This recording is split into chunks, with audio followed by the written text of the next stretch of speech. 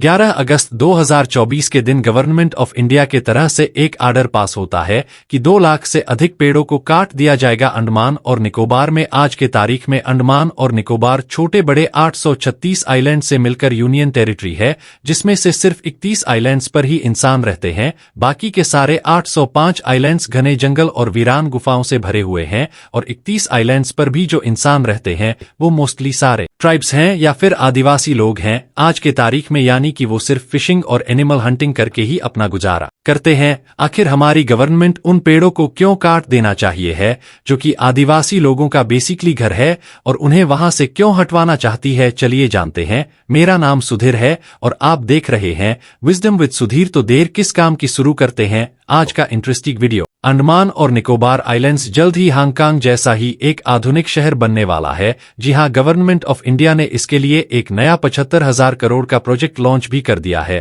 पहली बात, हांगकांग इसीलिए है क्योंकि वो एक फाइनेंशियल हब है, वो भी पूरे विश्व का तीसरा सबसे बड़ा फाइनेंशियल हब है, यानी कि न्यूमरस बिजनेसेस और मल्टीनेशनल कंपनीज है जिन्होंने हांगकांग को चुना है अपने हेड ऑफिशियल करने के लिए। प्लस हांगकांग एक एक्सट्रीमली वेल प्लान सिटी है। इनफैक्ट वो एशिया का सेकंड लार्जेस्ट टूरिज्म हब भी है। मेरा क्वेश्चन बेसिकली ये है कि भारत में 28 स्टेट्स और 8 यूनियन टेरिटरीज हैं। हमारे देश में लगभग 51 मेट्रोपॉलिटन सिटीज हैं, लेकिन इन सबको छोड़कर आखिर क्यों सरकार 5,000 रुपए करोड़ खर्च करके सिर्फ अंडमान और निकोबार आइलैंड्स को ही हांगकांग बनाना चाहती है? 75,000 करोड़ बहुत बड़ी रकम होती है यार। यह अरुणाचल प्रदेश जैसे पूरे स्टेट के दुगने जीडीपी के बराबर है। सो अंडमान और निकोबार में ऐसी क्या खास बात है? इस मैप को जरा देखना, यह पूरा रीजन अंडमान है और यह है निकोबार। इसमें से आज की तारीख में एडमन ही कंपैरेटिवली ज्यादा डेवलप्ड है, जिसमें भी मेजर टूरिज्म और गवर्नमेंट ऑफिसेस पूरे यूनियन टेरिटरी के किस हिस्से के डेवलपमेंट के लिए है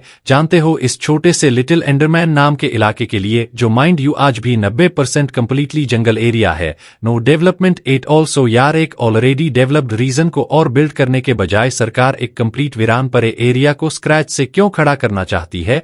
तीसरा सवाल, जैसे मैंने पहले भी कहा, गवर्नमेंट का यह प्लान है कि वो इस छोटे से रीजन को हांगकांग जैसा एक फाइनेंशियल हब बनाना चाहती है, लेकिन अगर प्रैक्टिकली बात करें तो यह पॉसिबल कैसे है? जैसे मैंने कहा, अंडमान एंड निकोबार आइलैंड्स में तो मेजॉरिटी पॉपुलेशन लोकल्स जो है वहां पे वो तो ट्राइब्स है, तो इस रीजन में स्टार्टअप्स और मल्टीनेशनल कंपनीज खड़ा कौन करेगा? इसके लिए तो हमें चाहिए होगा ना कि देश विदेश से कई सारे एंटरप्रेन्योर्स और एमएनसी यहां पर आए, और उनके पास तो न्यूयॉर्क, लंदन, टोक्यो जैसे शहर है जो सारे आधुनिक सुख सुविधाओं से लेस है, अल्ट्रा मॉडर्न मेगा सिटीज है। तो हमारा यह छोटू सा लिटिल अंडमान इन जायंट्स का मुकाबला कैसे करेगा? क्या कुछ ऐसा यूनिक एडवांटेज है जो अंडमान के अलावा दुनिया का कोई और शहर आज के तारीख में ऑफर नहीं कर रहा है? And well the answer is yes. लेकिन अंडमान एंड निकोबार आइलैंड को सही से अगर डेवलप किया जाए तो ही वह एक ऐसा स्ट्रेटेजिक पोर्ट बन सकता है जो इस रीजन के किसी भी कंट्री में नहीं बन सकता, और इस रीजन की वजह से बहुत सारे देशों को मिलियंस ऑफ डॉलर्स का फायदा होने वाला है, एंड ऑफ कोर्स इंडिया को तो और भी ज्यादा बिलियंस ऑफ डॉलर्स का फायदा हो सकता है। रुको, पूरा गेम समझते हैं। सो फर्स्ट थिंग्स फर्स्ट, सबसे पहले यह समझ लेते हैं कि पूरा प्रोजेक्ट ना सिर्फ लिटिल अंडमान में ही नहीं बन रहा है, उसका एक मेजर चंक लिटिल अंडमान में जरूर बन रहा है, जो जैसे मैंने कहा 95% पूरा डेंस फॉरेस्ट से घिरा हुआ है। लेकिन इस प्रोजेक्ट का एक फेज निकोबार आइलैंड्स में भी बन रहा है, जिसके गैलेथिया बे को as strategic transshipment hub develop करने का प्लान है। इस मैप को ध्यान से देखना, आप जानते ही होंगे कि ग्लोबली 90% ऑयल ट्रेड आज भी सिर्फ और सिर्फ इसी सी रूट से जाता है। 90% ऑयल ट्रेड, जिस ऑयल को आज भी मॉडर्न वर्ल्ड का सोना समझा जाता है। अब समझो, चाइना से एक शिप कुछ सामान लेकर ओमान के लिए जाने वाली है, बट इसी शिप को रास्ते में म्यांमार, बांग्लादेश, इंडिया और श्रीलंका का भी सामान उतारना है। तो नॉर्मल केस में यह शिप उन सारे जगहों पर रुक रुक के अपना सामान उतारते जाएगी, राइट? पर इसमें काफी ज्यादा टाइम और कॉस्टिंग लग जाता है। लेकिन यहीं पर गलात या बे का स्ट्रेटेजिक लोकेशन इंडिया के लिए एक बड़ा एडवांटेज साबित होगा, क्योंकि ये बे एकदम सेंटर में लोकेटेड है। इससे बेसिकली होगा ये कि ये शिप सीधा चाइना से आकर यहीं पर रुक सकती है, और जितने भी आजू बाजू के देश का शिपमेंट है वो इसी पोर्ट पर उतार कर डायरेक्टली ओमान के लिए रवाना हो सकती है। फिर ये सारे देश अपना अपना शिपमेंट गैलेथिया बे से ही कलेक्ट कर लेंगे। अब ऐसा बिल्कुल नहीं है कि इस पूरे रीजन में कोई और ट्रांस शिपमेंट पोर्ट नहीं है। श्रीलंका का कोलंबो पोर्ट हो गया और मलेशिया का पोर्ट क्लंग हो गया, ये दोनों भी ट्रांस शिपमेंट पोर्ट्स है। लेकिन अगर आप इनकी लोकेशन देखोगे तो यह दोनों भी पोर्ट्स शिपिंग रूट के एजेस पर है, सेंटर पर नहीं। यह इतना इंपॉर्टेंट इसीलिए है क्योंकि यूजुअली एक शिप से कार्गो भेजने के लिए कंपनीज को पर डे का कॉस्ट पे करना पड़ता है, जो यूजुअली $2 लाख तक चला जाता है। अगर कुछ 100 नॉटिकल माइल्स भी शिप्स को एक्स्ट्रा ट्रेवल करना पड़ जाए तो उससे कंपनीज का पर डे हजारों डॉलर्स का खर्चा बढ़ जाता है। और इसीलिए एस्टिमेट्स के हिसाब से अगर इस रीजन के एकदम सेंटर में गलाथ वे में हमारा ट्रांसशिपमेंट हब बनता है तो सभी कंट्रीज के शिपिंग कॉस्ट ऑलमोस्ट 15% से कम हो जाएंगे। मतलब इससे कंपनीज को पर डे $30,000 तक का प्रॉफिट हो सकता है। अब रही बात इंडिया की, तो मेरे हिसाब से यह इंडिया के लिए एक बहुत ही बड़ा ब्लंडर है कि हमने अब तक इस अपॉर्चुनिटी को यूटिलाइज नहीं किया है। हमने अभी तक गलाथ बे के इस स्ट्रेटेजिक लोकेशन को लेवरेज ही नहीं किया है। लेकिन करोस यानी कि $180 मिलियन का लॉस हो रहा है और श्रीलंका और मलेशिया जैसे छोटे छोटे देश तक अपने पोर्ट्स बना के हर साल मिलियंस ऑफ डॉलर्स कमा रहे हैं, लेकिन हम अभी तक अपना घाटा ही करते जा रहे हैं। अब दूसरी चीज जो इस पूरे प्रोजेक्ट को बहुत ही इंटरेस्टिंग बनाती है वो इस प्रोजेक्ट का plan to transform the little Andaman region interesting इसीलिए क्योंकि हम सिर्फ इस रीजन को इंडिया का एक नया फाइनेंशियल हब नहीं बनाना चाहते, बल्कि लिटिल एंडरमैन को एक livable well plan financial hub बनाना चाहते हैं, जैसे हांगकांग बना है। अगर आज आप हमारे देश के ही दूसरे मेट्रोपॉलिटन सिटीज को देखोगे, जैसे दिल्ली हो गया, मुंबई वगैरह, तो यहाँ पर तो बड़े बड़े स्काई स्क्रैपर्स बन गए जहां पर मिलियनेयर रहते भी हैं। उसके बाजू में ही डेंजरस फैक्ट्रीज है, मगर बीकेसी जैसे बिजनेस जनस के बाजू में स्लम्स है, जीरो प्लानिंग, पूरा शहर एकदम अनमैनेज्ड सा लगता है। पर यह गलती लिटिल एंडरमैन में रिपीट नहीं होने वाली है, और इसीलिए क्योंकि नीति आयोग ने sustainable development little Enderman island vision document नाम का एक प्रोजेक्ट लॉन्च किया है, जिससे इस रीजन को फ्रॉम स्क्रैच बिल्ड किया जाएगा। यह पूरा प्रोजेक्ट 3 जनस में प्लान किया गया है। जोन नंबर 1, जोन नंबर 2 और जोन नंबर 3 स्टार्ट करते हैं। जोन नंबर 1 से बहुत ही इंटरेस्टिंग है। किसी भी शहर में एंटरप्रेन्योर्स और बिजनेसेस को अट्रैक्ट करने के लिए सबसे पहले तो वहां पर कनेक्टिविटी इंपॉर्टेंट है, राइट। लेकिन प्रॉब्लम यह है कि फिलहाल लिटिल एंडरमैन में सिर्फ शिप्स ही जा सकते हैं, और वो भी सिर्फ एक शिप आज के में एमवी नालंदा, जिसका भी कोई फिक्स टाइम ही नहीं है। एक दिन जाएगी तो दूसरे दिन जाएगी कि नहीं, इसका कोई गारंटी नहीं। दूसरा, यहाँ पर सिर्फ एक ही हेलीपैड है जो कि ज्यादा ट्रैफिक हैंडल ही नहीं कर पाता, और इसीलिए इस प्रोजेक्ट का सबसे पहला प्लान है जोन नंबर 1 को एक एरो सिटी बनाना। अब नॉर्मल केसेस में क्या होता है, शहर में इंफ्रास्ट्रक्चर डेवलपमेंट पहले हो जाता है, एयरपोर्ट बाद में बनता है, और इसीलिए कई बार major 5 stars hotels, business centres airports के काफी दूर बन जाते हैं। लेकिन यहाँ पर क्योंकि जोन 1 में सबसे पहले एरो सिटी बन रहा है, तो एरो सिटी में शुरुआत से ही एक ऐसा लेआउट प्लान किया जाएगा कि एक तरफ इंटरनेशनल एयरपोर्ट बनेगा और उसके जस्ट आजू बाजू में ही पूरा फाइनेंशियल डिस्ट्रिक्ट खड़ा हो जाएगा, जिसमें बिजनेस के लिए जो कैपिटल रिक्वायर्ड है उसके लिए बड़े बड़े फिनकॉर्प्स और बैंक्स के ऑफिसेस। वीडियो में सिर्फ एक ही प्लान एरो सिटी बनाया गया है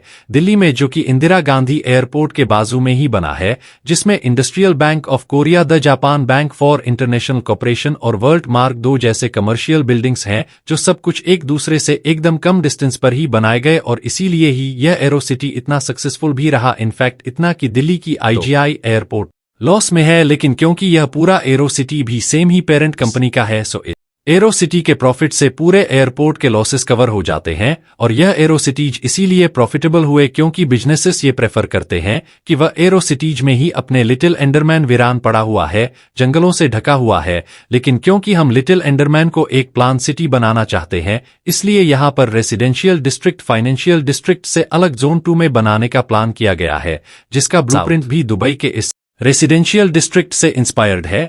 लेकिन मान लो अगर यह प्रोजेक्ट सक्सेसफुल भी हो जाता है, फिर भी इतने ब्यूटीफुल रेसिडेंशियल आएगा क्योंकि यह पूरा आइलैंड इंडिया से 1400 किलोमीटर दूर एक तरह से डिस्कनेक्टेड है ना। किसी भी तरह की इमरजेंसी सिचुएशन में मेनलैंड इंडिया से यहाँ पर मेडिकल फैसिलिटी को पहुंचाना would be very difficult, right. Plus आज की तारीख में इस पूरे यूनियन टेरिटरी में सिर्फ 3 ही गवर्नमेंट हॉस्पिटल्स हैं, जिनकी बेड कैपेसिटी भी बस 1200 बेड्स ही है। अब अगर किसी भी नए शहर में रहने जाना चाहोगे तो आप तो चाहोगे ही ना कि वहां की मेडिकल फैसिलिटी, वहां का हेल्थ इंफ्रास्ट्रक्चर एकदम टॉप नॉच हो, और बस इसीलिए इस प्रोजेक्ट का दूसरा सबसे बड़ा प्लान है जोन 1 में ही एक मेड सिटी बनाना, जैसे दुबई के विजनरी किंग मखदूम बिन रशीद अल मखदूम ने दुबई में 2002 में वेड किया था। दुबई से इस विषय में हमने क्या सीखा, वेल सबसे पहले तो दुबई में उस रीजन में खुद से ही द सिटी हॉस्पिटल नाम का एक हॉस्पिटल शेख ने बनवाया, और फिर उन्होंने उस हॉस्पिटल के आजू बाजू के कई एकर्स ऑफ लैंड को सिर्फ और सिर्फ मेडिकल यूज के ही रिजर्व कर दिया। इसके अलावा कई देशों में क्या होता है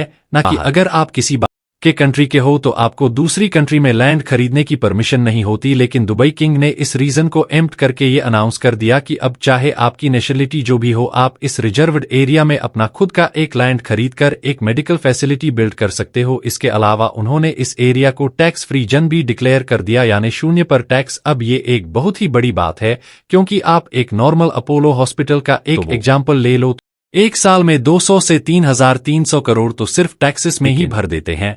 दुबई किंग ने यह अनाउंस कर दिया कि अगर आप इस रीजन में अपना हॉस्पिटल खोलते हो तो आपको टैक्स में एक भी रुपए खर्च नहीं करने पड़ेंगे। सो इन फैसिलिटी की वजह से कुछ ही सालों में दुबई का यह पूरा एरिया एक मेडिकल हब बन गया और वहां की मेडिकल टूरिज्म भी बहुत बढ़ गई। पिछले साल का डाटा अगर आप देखोगे तो वहां पर लास्ट ईयर 91,000 मेडिकल टूरिस्ट आए थे, जिससे यूएई को 1 बिलियन दिनार्स का प्रॉफिट हुआ। और बस दुबई के इसी को कहीं ना कहीं लिटिल एंडरमैन में भी रेप्ट करने की कोशिश जारी है, लेकिन मेडिकल इंफ्रास्ट्रक्चर अलावा भी एक बहुत ही बड़ी खामी है जो कि लिटिल एंडरमैन को इंडिया का नया फाइनेंशियल हब बनने से पीछे रख रही है। आज भी ये यूनियन टेरिटरी इंडिया के लीस्ट विजिटेड स्टेट्स में आते हैं। यहाँ पर टूरिज्म बहुत ही कम है, जबकि अगर आप बाकी के आइलैंड नेशंस को देखोगे, जैसे कि मालदीव्स हो गए, सेशेल्स, थाईलैंड हो गया, इन देशों की तो आधी से ज्यादा जीडीपी सिर्फ टूरिज्म सेक्टर पर ही डिपेंडेंट है। हांगकांग का डिज्नीलैंड अब अगर यह प्लान सक्सेसफुली एग्जीक्यूट हो जाता है तो ये एंडरमैन की इकोनॉमी के लिए काफी प्रॉफिटेबल होगा।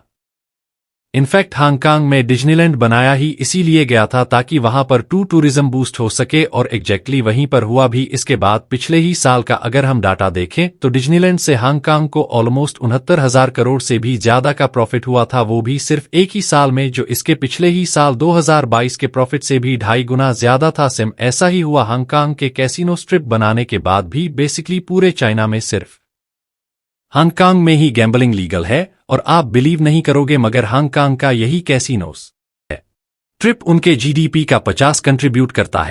यस, हांगकांग की आधी जीडीपी कैसीनो स्ट्रिप से चलती है, और इसीलिए लिटिल एंडरमैन के जन नंबर 2 में एक कैसीनो स्ट्रिप भी डेवलप करने का प्लान है, जो अगेन एक अच्छी स्ट्रेटेजी हो सकती है इस रीजन के टूरिज्म इकोनॉमी को बूस्ट करने के लिए। क्योंकि अगर आप देखोगे तो इंडिया में सिर्फ सिक्किम और गोवा में ही कैनोज लीगल है आज, और गोवा में भी इन कैसीनो से पिछले साल 820 करोड़ का प्रॉफिट हुआ है। आल्सो एक बात और आपने नोटिस की होगी कि मोस्टली बॉलीवुड मूवीज में जितने भी बीच सीन्स होते हैं ना, उसके लिए डायरेक्टर्स को अपने पूरे क्रू को लेकर फॉरेन कंट्रीज जैसे कि मालदीव्स, थाईलैंड, मॉरिशस, स्पेन, यहां तक कि दुबई में जाना पड़ता है, जिसमें से कई बार सिर्फ एक म्यूजिक वीडियो का बजट करोड़ों तक एक्सटेंड हो जाता है। लेकिन लिटिल एंडरमैन के इसी जोन नंबर 2 में एक नेशनल फिल्म और ड्रामा इंस्टीट्यूट आउटडोर फिल्मिंग के लिए shooting locations plus music videos की शूटिंग और डबिंग के लिए एक film sound and music studio भी बनाया जाएगा। बेसिकली जोन नंबर 2 में एक अल्टरनेट फिल्म सिटी एस्टेब्लिश करने की कोशिश की जा रही है लिटिल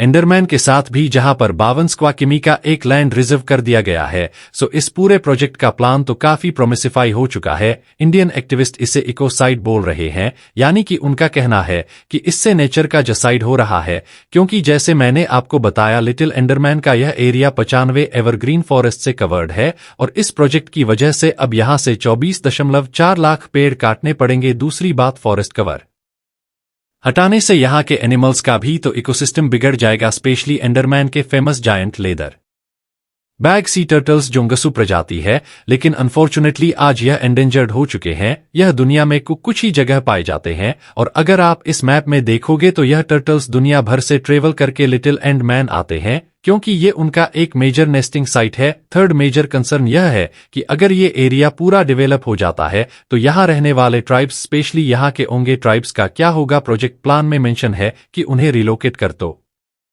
दिया जाएगा, लेकिन इसके बारे में कहीं पर भी डिटेल में नहीं मेंशन किया गया है। अब डेफिनेटली ये सारे कंसर्न्स काफी जेन्युइन है, लेकिन इस मुद्दे को देखने का एक नजरिया भी है, यह कि लिटिल एंडरमैन को अगर डेवलप नहीं किया जाए तो यह पूरे देश के लिए एक बड़ा नेशनल सिक्योरिटी थ्रेट भी हो सकता है। अगर आप एंडमान से थोड़ा जूम आउट करोगे ना, तो आप देखोगे इस पूरे इंडियन ओशियन और स्ट्रेट ऑफ मलाका इलाके में चाइना, ऑस्ट्रेलिया, फ्रांस, यूएस और रशिया जैसे सुपर पावर्स के अलग अलग डिप्लॉयड हैं। किसी ने अपनी मिलिट्री बेसिस यहां पर आर्मी, तो किसी ने देश ही खरीद लिया है। मैंने अपने कई सारे वीडियोस में पहले बताया कि किस किस तरह से दुनिया के बड़े से बड़े देश शुरू से ही कोशिश कर रहे हैं कि वह कैसे भी करके इस आयोर यानी कि इंडियन ओशन रीजन में अपना इन्फ्लुएंस बढ़ा सके, क्योंकि वह जानते हैं कि जो देश इस इलाके में राज करेगा भविष्य में वो पूरे विश्व में राज करेगा। देखो, हर एक वॉर में लड़ाई सिर्फ मैदान में ही नहीं लड़ी जाती। किसी भी जंग को जीतने के लिए मिलिट्री पावर तो जरूरी है, लेकिन इकोनॉमिक पावर उससे भी कहीं ज्यादा जरूरी होता है।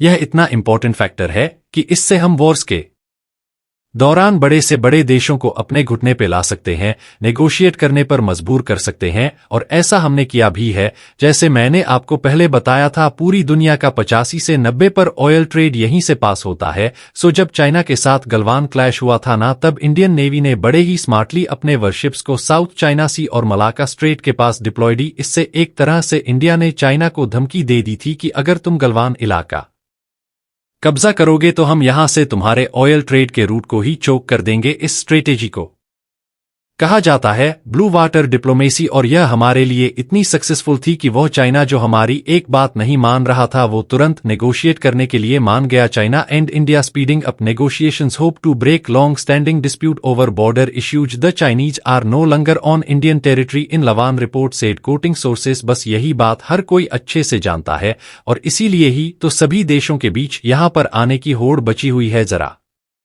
यह ऑयल ट्रेड का रूट देख लो। अगर आप देखोगे तो देशों ने इतने दूर दूर तक अपने बेसिस को बिठाकर रखे हुए हैं कि यहां से शायद ही इमरजेंसी के दौरान वो अपनी मिलिट्री को टाइम से डिप्लॉयड बीचों बीच खड़ा हुआ है। उसमें भी हमारा अंडमान निकोबार तो ऑयल ट्रेड रूट के सबसे इंपॉर्टेंट स्ट्रेट मलाक्का स्ट्रेट के एकदम ओपनिंग पर ही लोकेटेड है। मतलब हर एक शिप को ना चाहते हुए भी इस स्ट्रेट से होकर ही गुजरना पड़ेगा। इतने स्ट्रेटेजिक लोकेशन पर स्थित है हमारा यह रीजन, लेकिन आज तक फिर भी हमने इस एरिया को डेवलप ही नहीं किया है।